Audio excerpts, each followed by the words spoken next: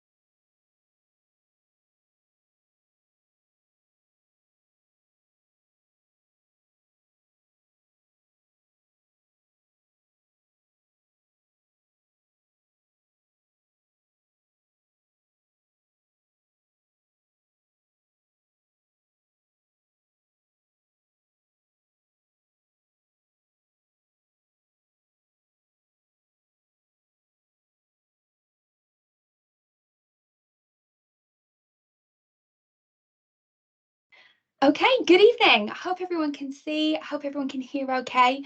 I'm not going to show my face the whole of the evening, so please don't worry about that. Just a word of warning, it is being recorded though, just for anyone who wants to watch it back later on who couldn't come on this evening. But it's nice to see so many of you. For those of you that have just joined me, there is going to be a poll throughout different sections of tonight, just that you can interact with. The chat function has been disabled, but there is a Q&A section. It's just me this evening, so be patient with me. And if you've got questions, I will get to them, but it might just be towards the end of the evening, if that's okay. Okie dokie. So we'll make a start then. This is obviously the first of the Twilight revision sessions. What I'm envisaging is that I'll talk you through the case studies and you'll get an opportunity to just kind of rehear the information, but all in one block.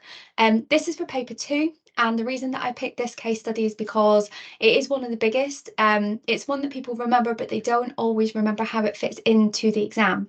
You obviously have your mock coming up in March, and we want to be able to prepare you best as we can for that. We've not really done a whole lot in terms of revision for paper 2. So this one was quite targeted, as are all the other ones that I'm going to be covering. So I thought it might be useful to begin with then, just to give you a bit of an information around what you need to know for the exam. So hopefully you can see the screen at the moment. I'm just going to turn my camera off so you can focus on what's going on there. But so this is what you need to know. This is what the exam boards say. We have to be able to get you guys to talk about in the exam. And so any sort of question that comes up around this section, you'll notice that the wording is quite specific. It says a case study of a major city, and then it's quite vague. It talks about an LIC or an NEE, and that's exactly how it's going to be phrased in the exam. You've probably realised that by now.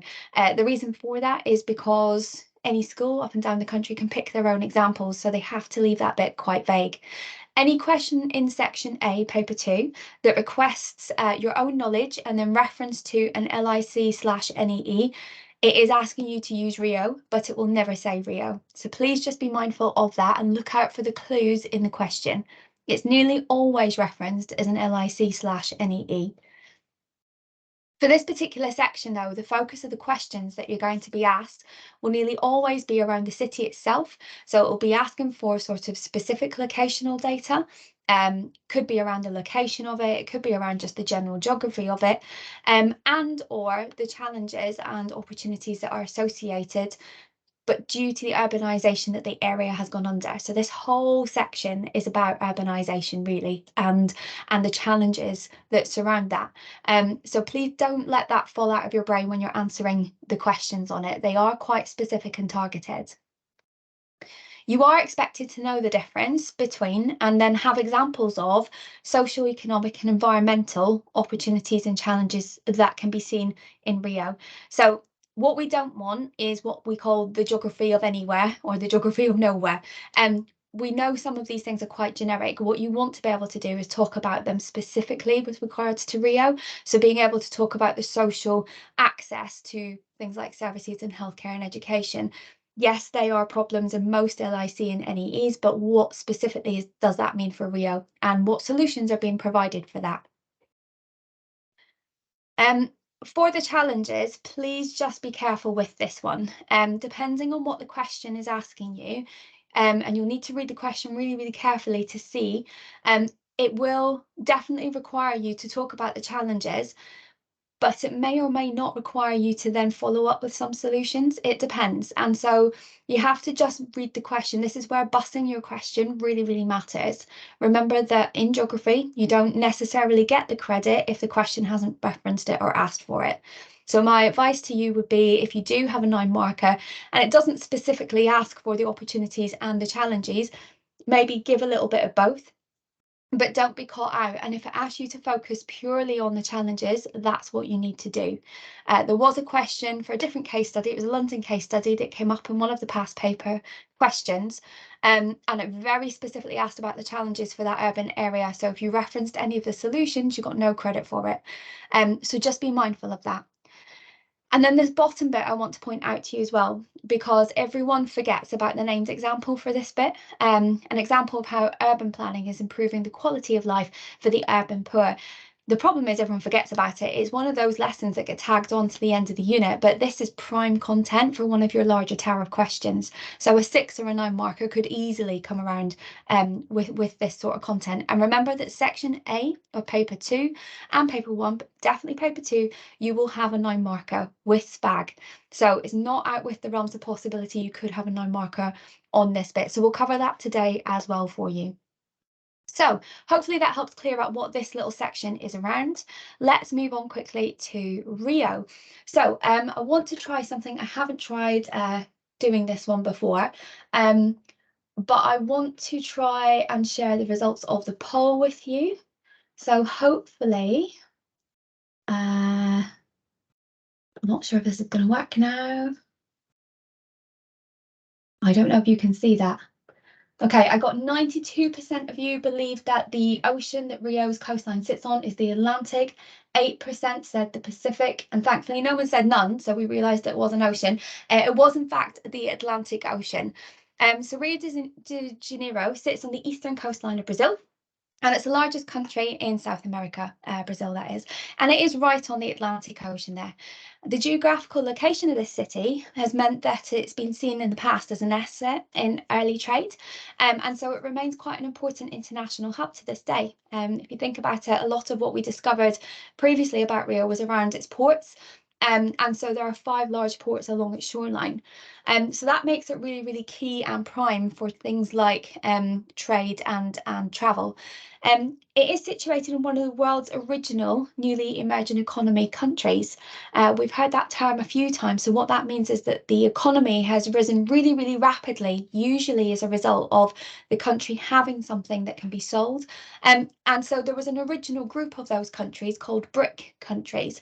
The B stood for Brazil, then we had Russia, India, and China. And so it was really quickly identified as being quite a significant financial economy. And so then it led to it becoming a hub for financial services and a hub for industry too within that part of the world. And so because of that all, then it's attracted a lot of foreign investment from both within Brazil itself, but also much further afield. So in terms of its location, you do need to make sure that you are aware of where Brazil is. You could be asked a 1 or a 2 marker, maybe perhaps locating it. It might ask you just to locate an NEE or an LIC that you've studied. So you need to be in a position that you remember that. Okay, moving on then to the city itself. I'm not going to spend an awful lot of time looking at the geography of this city, but it is really worth noting its key features, mainly because it helps you put context to some of the things that we look at later on. Okay. A lot of the key features, and hopefully you can see that slightly in caricature type map there. A lot of the key features contribute massively to the types of trade, the industry, the wealth, and also then the inequalities that are experienced by the people that live there. So for example, if we start up at the top there, if you remember, the city split into 4 zones. So up at the top, we've got the North Zone. That is the city's main industrial area, and the port areas can be found there too. So as you might expect then, the quality of the housing reflects that industrial character of that section. It was built to house the people that worked in that particular type of job. So they tend to be older, they tend to be a little bit more run down in that area. However, that being said, the North Zone is also home to the National Park and as well as the international airport. So it's one of the first areas where tourists or investors that are coming into the city see straight away. If we move down a little bit then and we go to the West Zone, this one's undergone quite significant changes. It was previously a lower working class area that was quite separate from where all the industry and the hub was. But it's quickly become a far more affluent and much more luxurious suburb. And it caters really, really well for the tourist markets. So it probably might not surprise you then to know that the main Olympic stadiums and the village for the athletes were all built in that area. It had the space, but it was also pretty, basically, which is part of the reason for that. If we move down then, this is probably the bit that's been like the most media driven, and there's been a lot of attention around this area. It's very much pretty. It's very much the apple of the eye when it comes to Rio's tourist hub. So the south zone down at the bottom here, that includes Copacabana Beach and it includes Sugarloaf Mountains, and that developed a bit later on than some of the other areas because it took the creation of tunnels that cut through the mountains in order to enable that to happen. So because of that, it is kind of a cherished part of Rio, and the rich and the famous were kind of drawn to that particular area. It was quite exclusive originally in the 60s, and ever since then, lots of people have then kind of frequented that area. However, I think it's fair to say that the inequalities in this particular zone of the city are most stark. They're really, really, really obvious here. And then that leaves the oldest part of the city, which is the Centro zone. So this central zone is what we refer to as the central business district for Rio. So this is kind of the hub, and it contains a lot of the businesses and the financial headquarters that we come to talk about later on. So whilst the actual geography and the layout of the place might be something that you've glossed over quite quickly previously, I really would strongly urge you to look back over this stuff from the textbook and in your notes, because it does help to kind of add context to why there is such massive inequalities in and around Rio city itself. But why has Rio attracted so much attention? Okay, well, I'm going to try something else just now, and I'm going to try and put another poll up. Let's see if I can do that for you. So my poll is, which years were the World Cup and the Olympic Games hosted in Rio? So I'm going to ask you just to have a go at doing that poll. Hopefully you can find it. If you've just joined us, you should find a tab up at the top that says poll, if it hasn't already appeared on your screen.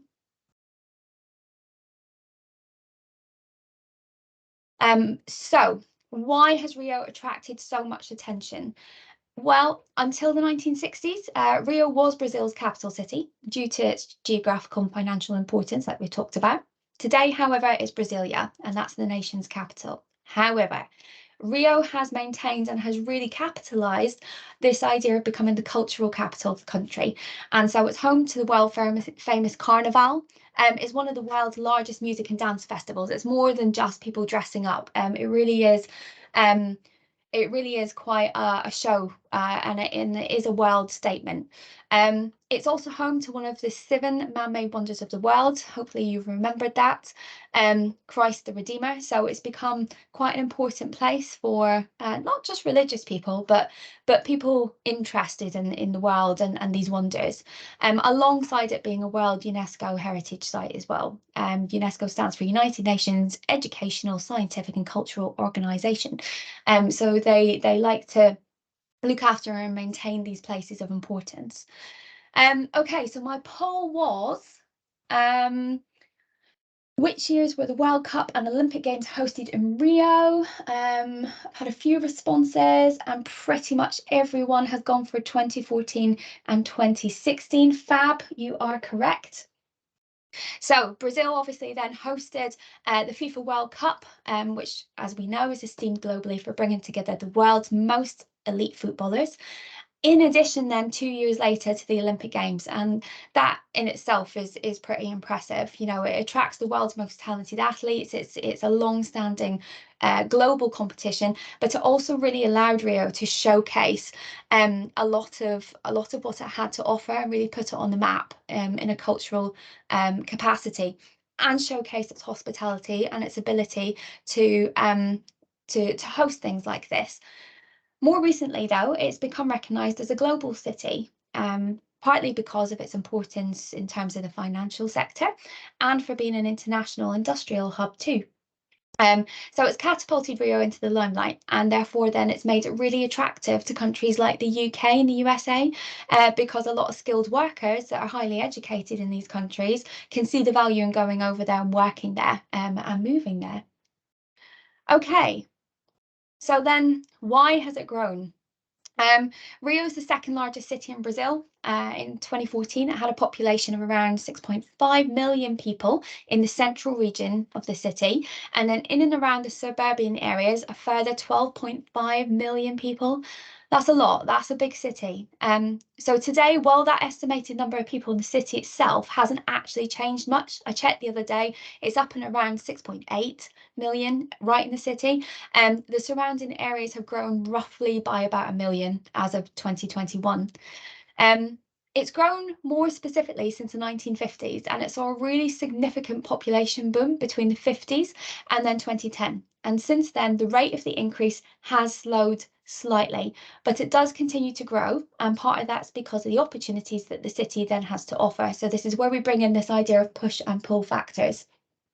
So if you're not sure about push and pull, please do just go and double check those terms and see where that fits in. It does mean largely that the growth rates in Rio can be attributed to the migration into the city. Okay, so we did have a look at these before. I'm going to give you a minute as I put up these flags for you to see if you can remember where these migrants are coming from. So these flags should be appearing on your screen now.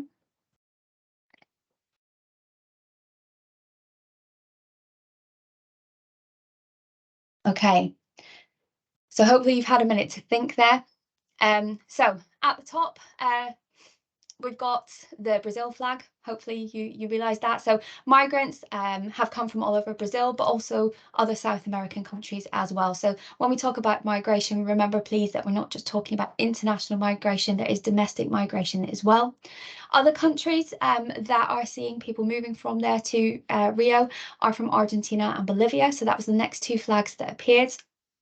Following that then, places like South Korea and China, a lot of skilled workers have come from those areas. They're looking for newer job opportunities. There's a lot of investment coming from these areas too. Portugal's an interesting one. Portugal, because it was previously colonised in this area by the Portuguese, and so that relationship has continued. So Portuguese, remember, is the language that's spoken in Rio, and that is dating back to the colonial rule. It's not Spanish, as some people are mistaken with. So that's made it really, really easy for those connections to be made, and that language barrier isn't there in the same way it is for other countries. So migration between these two countries remains quite strong. And then I mentioned previously about the UK and the USA. Skilled workers are attracted to places like Rio. The lifestyle and the climate are really good pulls, but equally with the growth in the financial sector, skilled workers from the UK in terms of banking and kind of and the finance hubs want to move to these places like Rio because they're on a global platform. Okay, so let's move on to some of the challenges that are experienced then. I'm going to put up another poll just now, and it's asking you what percentage of Rio's residents had access to healthcare in 2013. Let's see if you can remember. Give you a minute to have a go at that one.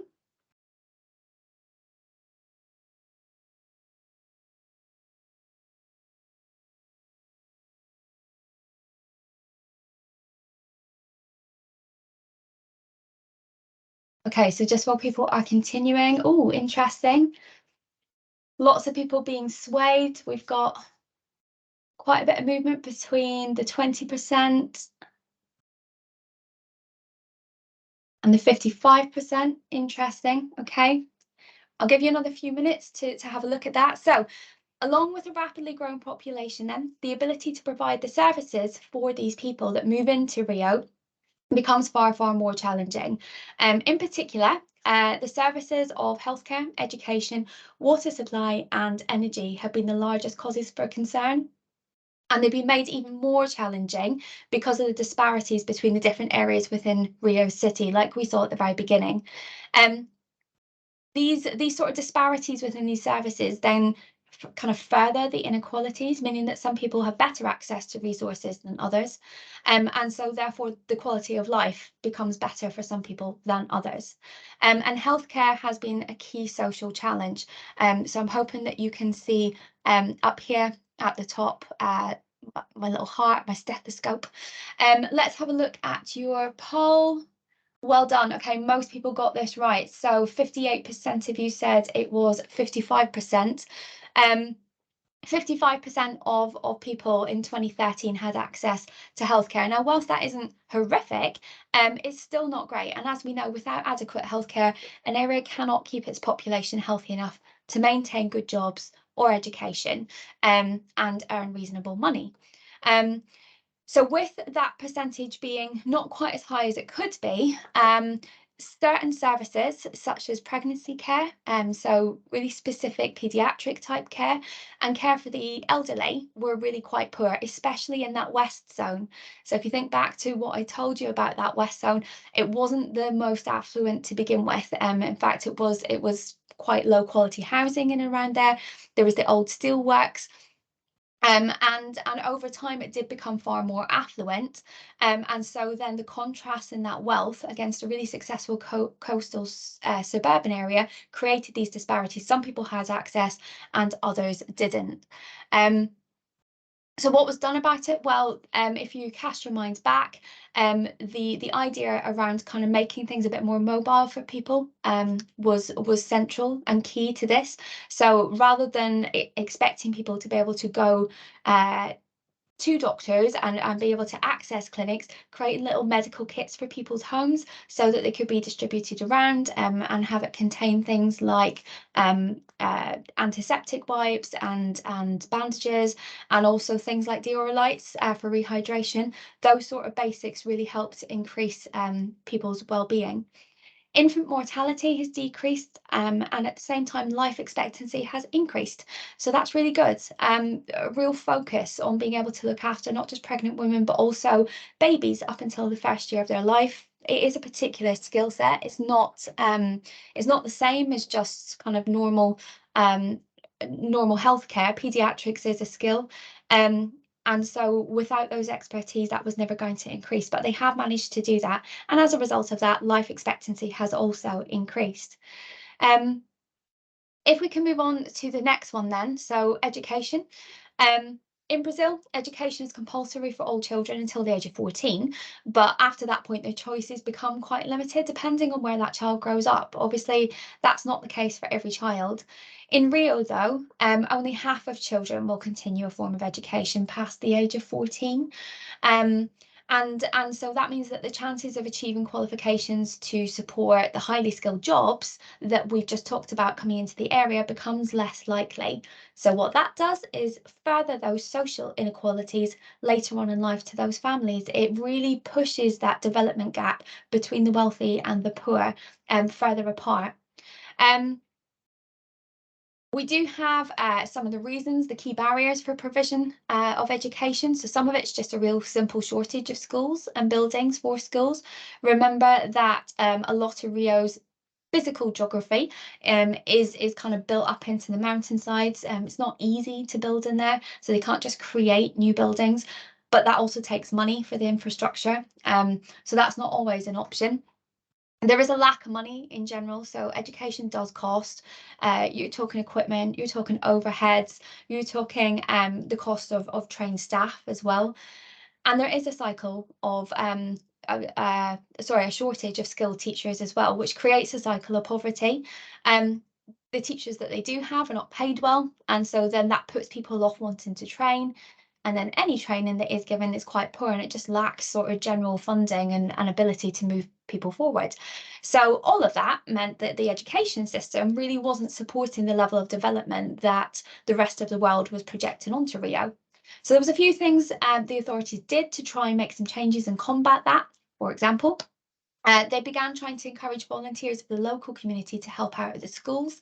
Volunteers obviously don't cost anything, and quite often when locals go in and volunteer, there's a better rapport between the parents, between the community and the children, and so sometimes people get on board with that a little bit better rather than outsiders coming in and trying to save the day, as it were. The community investment is a really powerful tool. So alongside that, there was provision of grants, specifically for less wealthy families, and that was kind of to make sure that they were able to try and keep them in school and not be lured into better ways of making money, for example by being offered work by the gangs. We talked about this before, and about how a lot of the favelas were breeding grounds for gang activity. Children don't have to stay in school past the age of 14. They want to be able to supply money for their family, and so that seems like a really good option, particularly if they're not really being pushed or shown the value of education and what that can bring. So government grants to try and make sure that they can stay in school and that they're not out of pocket by doing so really helped that.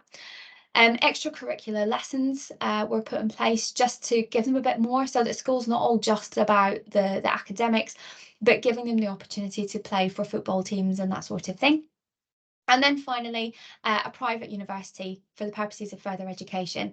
A lot of these big companies and the financial companies that were moving in to Rio did require a level of skill, and that doesn't come without studying for it.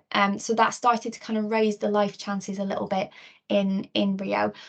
So what I'm trying to get at is there's a lot of social challenges here, but there are solutions. They're not perfect, but there are solutions in place. If I can move on to the water. Huge challenges surrounding water supply remain, and prior to 2016, just 12% of the city's population didn't have access to running water. Now, I realise that doesn't sound like an awful lot, but that's quite significant in terms of the volume of the people within that percentage. Remember, we're talking about quite a large city. The poor quality of the buildings and the infrastructure that surround that cause problems outside of healthcare as a consequence. 37% of water was lost due to things like leaky pipes, and people kind of tapping into water sources illegally, just to get access to clean water, and that made a bad situation even worse. Lack of money that was going into the infrastructure kind of perpetuates that issue. It makes it even worse, and so that means that it will continue. It's a cycle. Some solutions that have been proposed for this have centred around improving the sort of general quality of the infrastructure to begin with. There's no point in trying to fix the water problems if the infrastructure doesn't support it. So that was quite important, and the Olympic Games in 2016 sort of really catapulted the need for that. It became quite obvious that had to happen. They had a lot of people from developed countries come into that area, and so they wanted to be able to provide for that. Alongside that, there was 7 new treatment plants constructed, and that was over a 16-year period. And at the same time, there was over 300 kilometres of new pipes laid to try and negate the effects of the leaks. So what that meant was that by 2014, the city saw 95% of the population with a mains water supply. So just 5% of that population didn't have access. So again, not great, but a huge improvement from the 12% that were there. And that was just over that 16-year period, like I said. The final social challenge that we covered was energy. So I'm going to go back to my polls now. And I'm going to ask you to have a go at answering this one. So it was, what was the cost of the new hydroelectric complex that was built for Rio? Energy is a really significant resource, as we know. It's one of the key ones. We've just started looking at resource management. And in order for a country to be able to fully develop an area, it does have to have fundamentals in place, water supply being one, energy being another. The rapidly growing population in Rio, and it was quite rapid from the 50s to 2010, meant that there wasn't really the infrastructure in place to support it. There was a lack of official housing, and so therefore that's where the creation of the favelas came in. And because of that, then we ended up seeing frequent blackouts and energy shortages. There just simply wasn't enough, and there wasn't enough infrastructure there to support it either. The impact of hosting events such as the Olympic Games made those shortages even worse and put a lot of strain on the area. Residents in the poor areas found their own solutions to these problems, and they would illegally tap into the authorities' supplies of of energy, which is illegal, obviously, and they would rewire them. But the problem is that that's not great. It's unreliable, and would cause some problems, but it's also really, really dangerous. And so to combat that, they looked to try and improve the situation. Local authorities installed 60 kilometres of new power lines, so to try and extend past the point of the main city and make those sort of areas a little bit more accessible. They've also built a nuclear generator, which obviously is a bit more kind of sustainable than what's gone before, and they developed a new hydroelectric complex. So aside from the benefits of the renewable energy sources, it's also increased the access of Rio's population to energy by over 30%. When you're looking to develop a country and you're getting so involved with the different industries that are around, if you don't have the energy sources to support it, it's not going to go very far. Remember that Brazil is a newly emerging economy, so that doesn't mean it's quite there yet in terms of development. So things like being able to provide energy is really, really important. Just having a look at my my poll there. Thank you for having a go. Yeah, most of you got that right. So the choice was we had $200,000, $2 million, 17% of you put that one, $20 million, 33% of you put that, and 50% of you said 2 billion. So you were correct. It was $2 billion that it cost to create this hydroelectric complex. But remember that the more renewable types of energy are more desirable, but it will also have far longer reaching benefits to the city in terms of the durability of them. Right, okay, so as we know by now, there's been a significant growth of industry in Rio, and that in turn then has boosted the city's economy, because we know that when things like that start to develop and healthcare gets better and education gets better, then there's going to be more money available because the workforce are able to contribute more. That economic development really matters because it's led to the improvement in things like the infrastructure, so your buildings, your roads. It's led to an improvement in transport systems, in services as well. So we've just talked about like education and healthcare, and also environmentally. And this has, in more recent years, then began to extend to improvements within the local favelas. So in terms of the effects of the growth of the city, just some points to note there. This is the second most important industrial centre after Sao Paulo, and I think as things have begun to extend and the improvements have begun to extend, this has also then gone into the local favelas. For years, these particular places were ignored. It was an out of sight, out of mind approach by local authorities. And so that just sort of fueled the inequalities and lack of investment in the poorest areas. But this growth within Rio has attracted large companies from abroad, and as such, it's then created a range of various economic opportunities in the formal economy. So Rio is the second most important industrial centre after Sao Paulo, sorry. It's got a range of employment opportunities, but I think what's really important to note is that the employment accounts for 6% of all employment in Brazil. Again, think about the size of Brazil that I showed you at the beginning. That's pretty impressive, given that this is just one city in the largest country in South America. Rio has one of the highest incomes per head in the county, and in particular, the retail and the consumer sector is one of the largest employers in the city. So service sector really is what we're talking about here. If you remember, when we looked at changing economic world, we learned a little bit more about that and how the higher up that industrial sector scale you go, the better the wages, and the more tax tends to get paid. So that's a good thing. And so retail and consumer sectors being such a large employer in the city is really important. A growing number of jobs are provided by the service industry too. So when we talk about the service industry, remember that we're talking about things like finance and banking. This is really good because it means often that the wages are even slightly higher again in this sector, and it becomes a little bit more attractive to people in and around that particular area. More recently, oil has been discovered just off the coast. So as you can imagine, that's created quite a strong interest in the area from oil-related industries. This is a challenging one, potentially, for Rio in the future. It's long been a desirable location for the world's rich and famous, but it hasn't had to quite contend yet with the politics that surround the oil industry. So it'll be interesting to see how that one develops in the years ahead.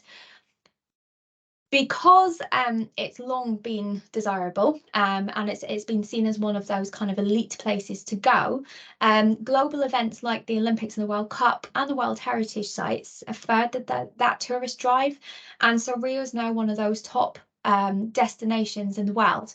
It's really, really important that it tries to maintain the tourist industry, because the income from that industry and the employment opportunities around that particular industry really continue to boost that economy. So when we're talking about the economic status of Rio, it's very much a work in progress, but the effects of the growth in the city have overall been really, really positive for this particular city. That doesn't mean that it isn't without its challenges, though. So the employment opportunities in Rio are really vast. And as you can see from this little mind map, hopefully you recognise this from what we've done in lessons. But as you can see from the mind map, it does explain why some of the economy of Rio is strong and a main contributor to the GDP of Brazil overall. So types of employment in Rio, as we've talked about, we've got the service and the finance and the banking. Excuse me. We've got the port industries, which I briefly mentioned earlier, so a lot of import and exporting. Oil refining and the petrochemical industries, huge investment from various Western companies in that sector. Manufacturing still pretty big, and tourism, as we talked about earlier. Steelworks are significant, and if you remember, that was kind of one of the original founding industries of Rio. I mentioned that earlier, and construction as well is pretty important in terms of its ongoing and its heritage. I've got another poll for you, so I'm just going to see if I can pop this one up. The next poll is, there we go. Which are some of the issues associated with a large informal economy? So this is a multi-answer one. So I'm going to pop that up for you if you can start just having a think about that one as we're talking through.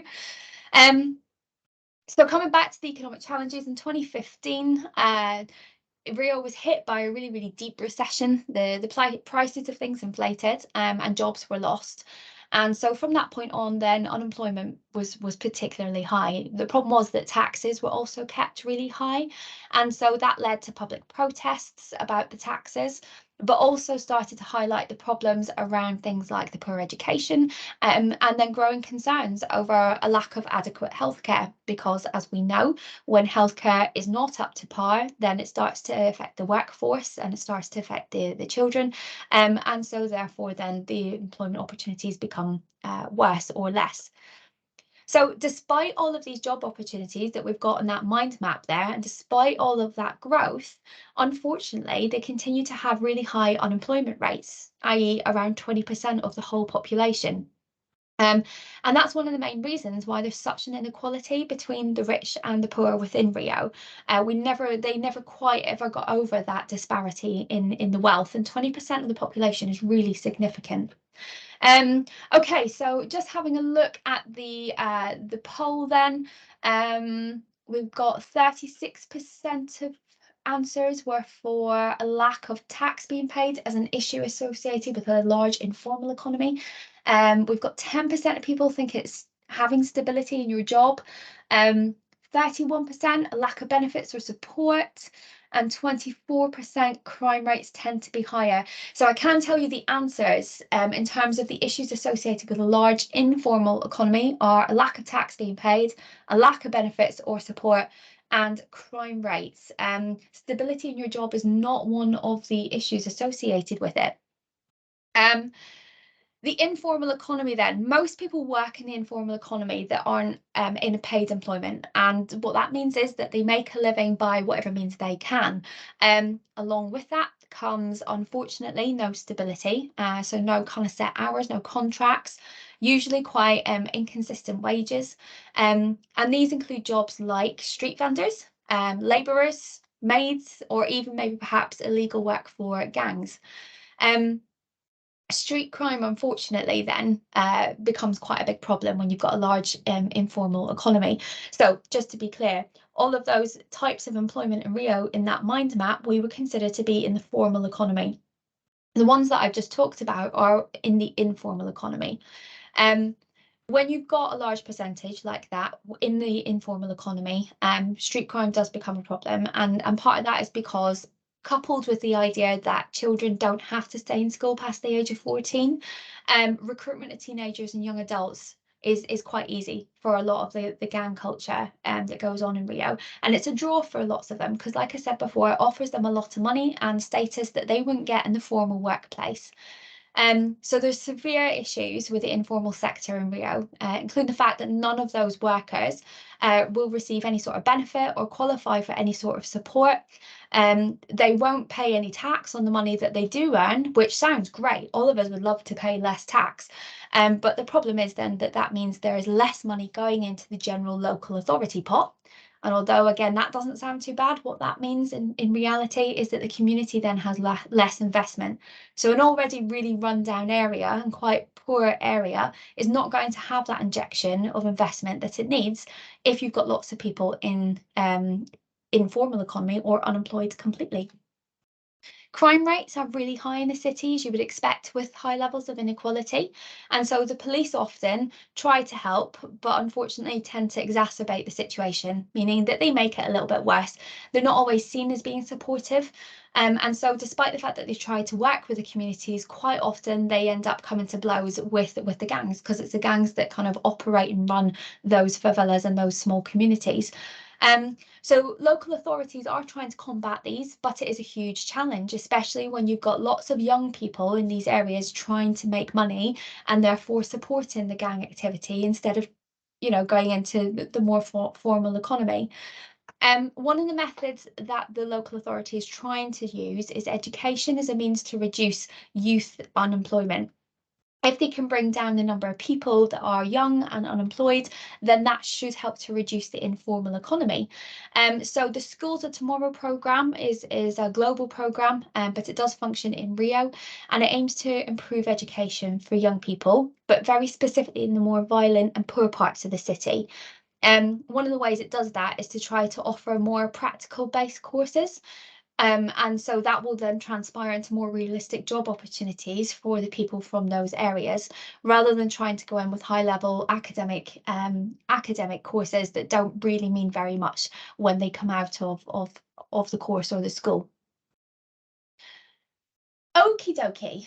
So I'm going to put up another little poll here and give you time to have a go at answering it. Please remember that if you do have any questions, there is a Q&A section.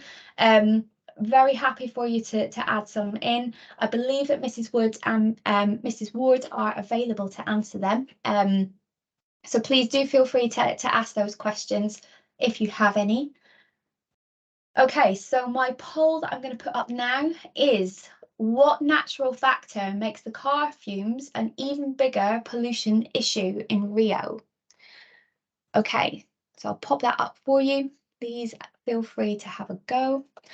Okay, so just while people are doing that then, what's really important to remember about the environmental challenges is that it's not just human factors that make these a challenge. Okay, so where some human factors end up mixing with some of the natural physical geographies of this city, they make for some really truly challenging conditions.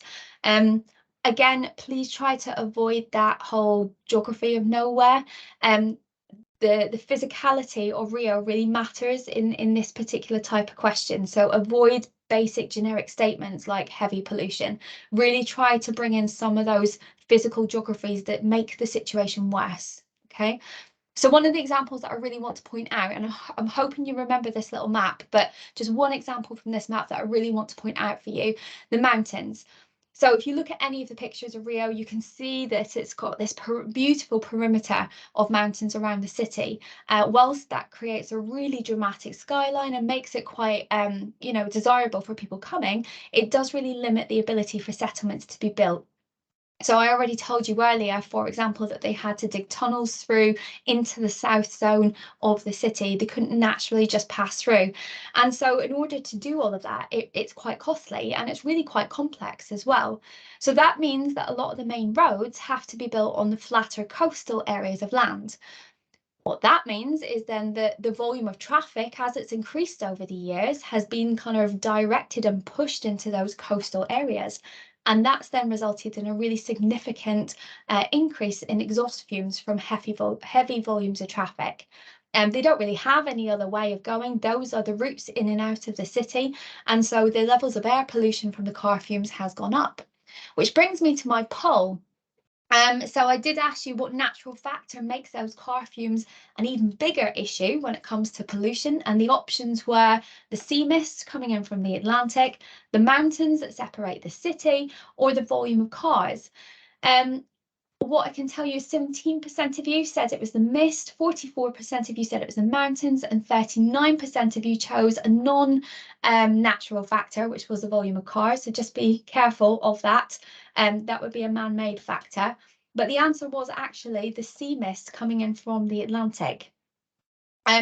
Due to the location of Rio on the Atlantic shoreline, there's quite often a really fine mist of sea spray that comes in. And when that then mixes with all the heavy pollutants in the air from the cars, it can contribute to creating this really thick kind of brown smog, and that covers the city. So one of the biggest problems that Rio faces is due to the mountains pushing all of the traffic down to the coastal areas, and this Atlantic sea spray, as it were, this mist coming in and mixing with those pollutants, that creates a level of pollution that can be really, really dangerous. So I just really wanted to point that particular environmental challenge out to you. There are others, of course, and I do recommend that you go and have a look at them.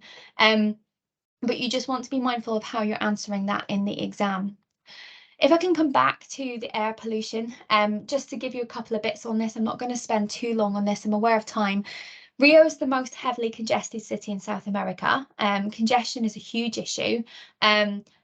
Partly because low well-being in the workforce increases pollution levels, not of the air, but also of the land and the water sources nearby. So they're not really able to deal with it. They've not got the infrastructure to deal with it. The steep mountains, as we mentioned, create a huge issue for the roads, and then the coastal routes get congested. If you think back to the really high crime rates that I mentioned earlier, then you might begin to understand why people would prefer to travel by car, despite the fact that they know it's going to be congested.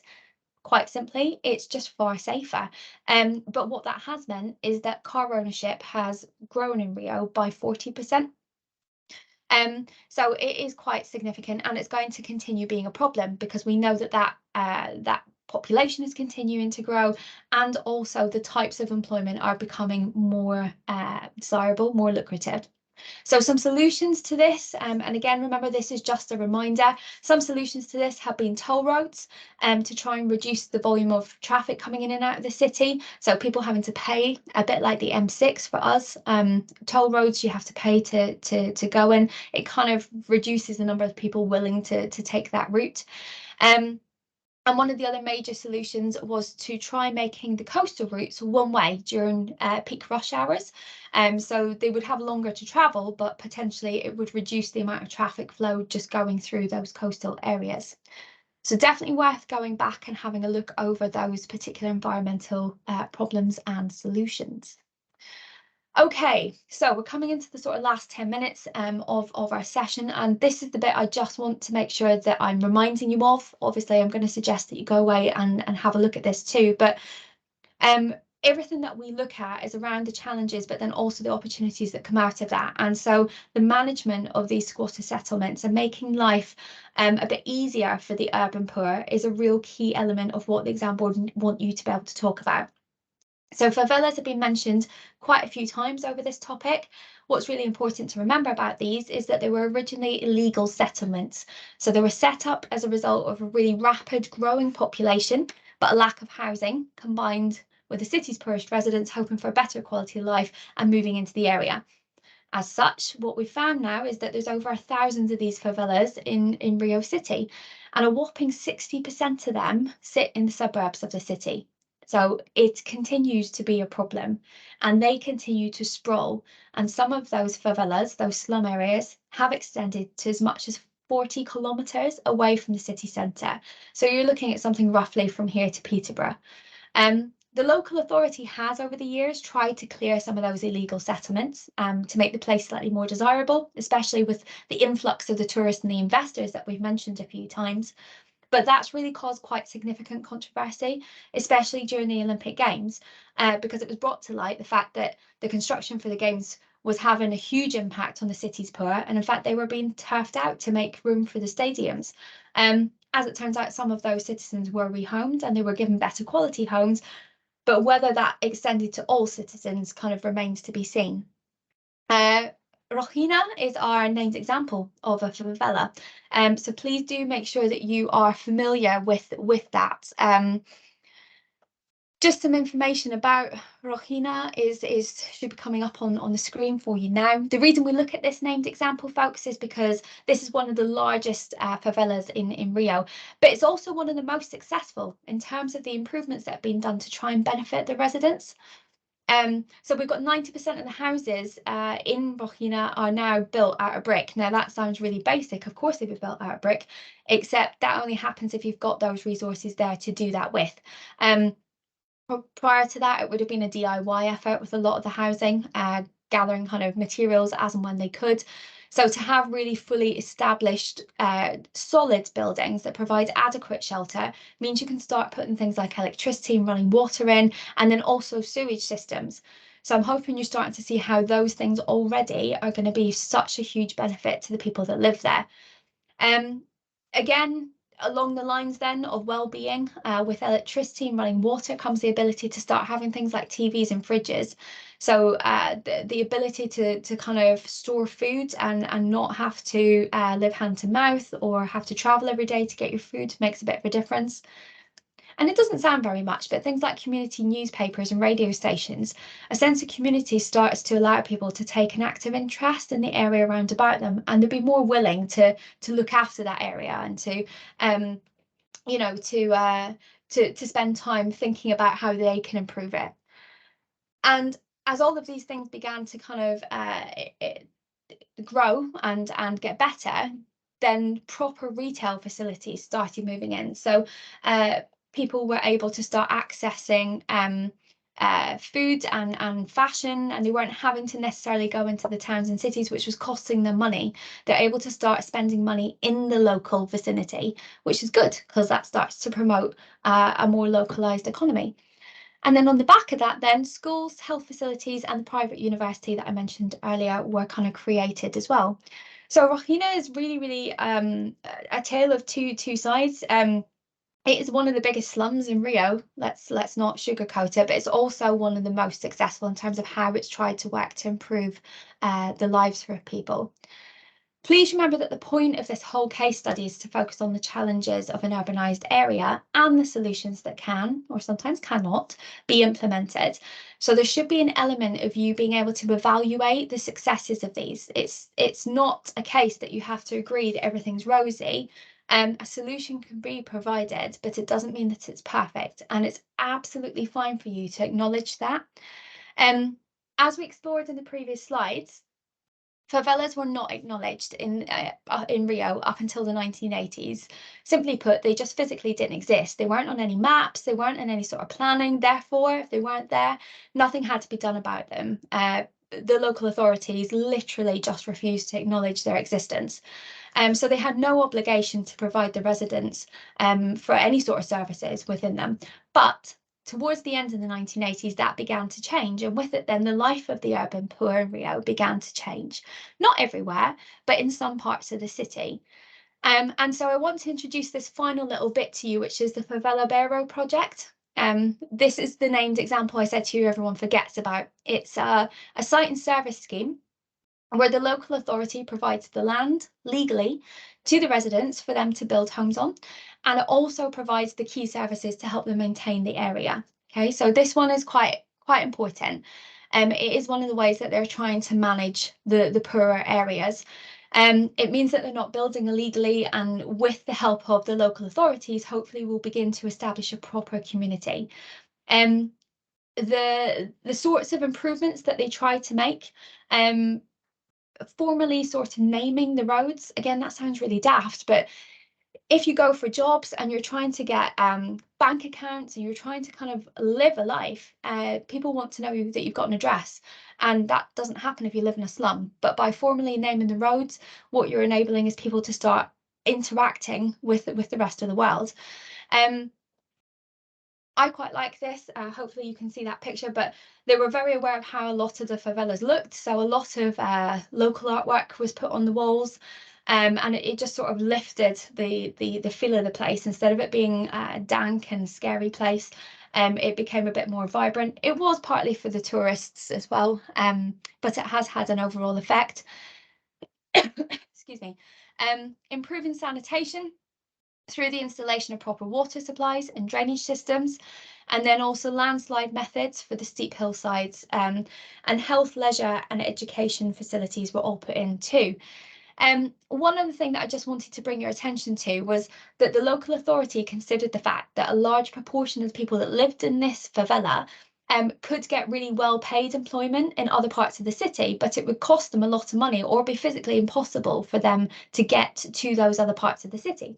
And so they installed a cable car that runs from this favela into Ipanema, and the residents that live in Favela Beiro qualify for one free return ticket a day.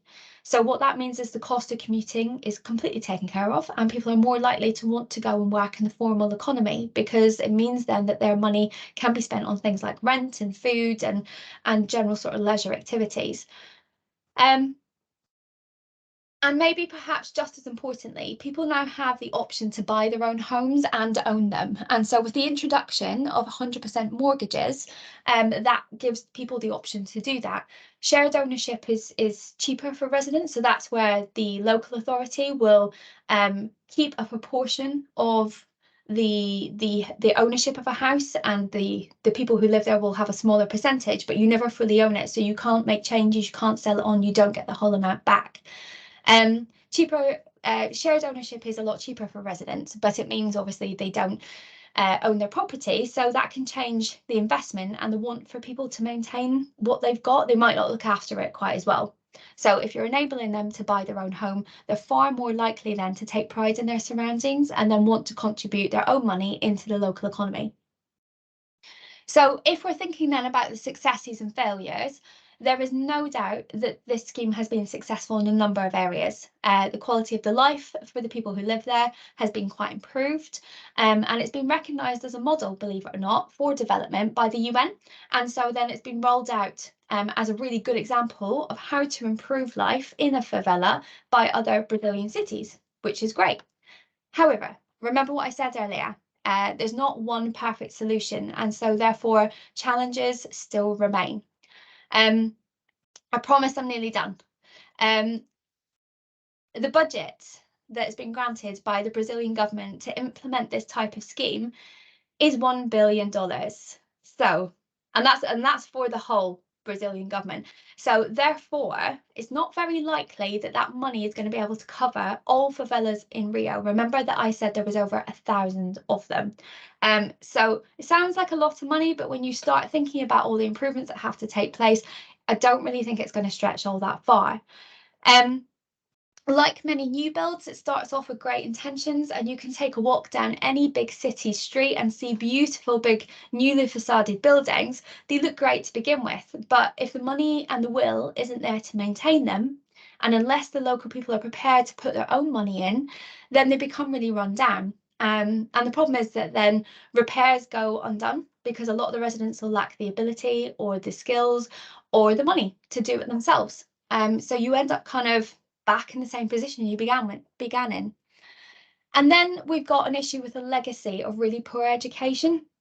That's not just going to change overnight because we've got schools now. What that means is that a huge proportion of the adult population continue to have pretty poor levels of literacy.